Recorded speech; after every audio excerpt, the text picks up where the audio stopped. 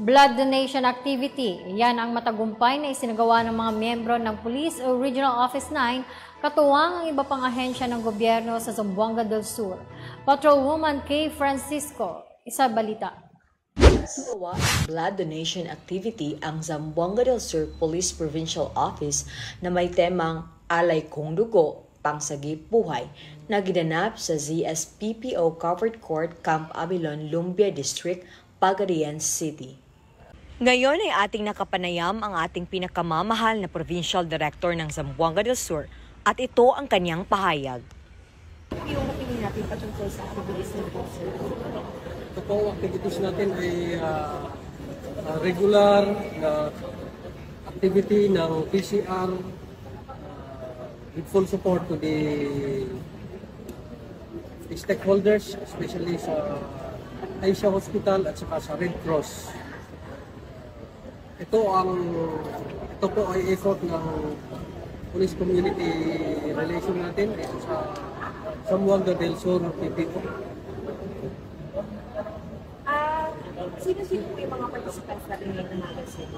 Pero ang mga participants natin, inibitahan natin lahat ng mga gustong mag-donate sa personnel natin sa mga municipal police stations. Kasama na rin yung mga stakeholders natin, ito yung mga estudyante ng criminology sa iba't ibang eskwelahan. At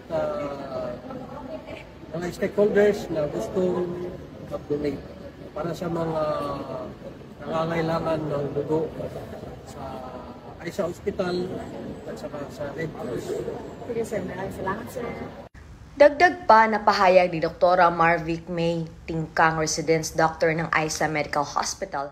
Ang kanindot ani kung mag-donate tag blood is kung malimpyuhan na kung mailisan ang atong sa atong blood. Dahil yun, isa pa makatabang ta sa mga tao na nanginhanglan o kanang hatagan o dugo. Layunin nitong makasuporta at makasagip ng buhay ng tao na lubos na nangangailangan ng tulong at nakaangkla sa PNP core values na makatao. Mula dito sa Zamboanga del Sur, nagbabalita. Ako ang yung PNN correspondent, Patrolwoman Kay Francisco. Alaga ng batas, tagataguyod ng Balitang Pulis. Maraming salamat, Patrolwoman Francisco.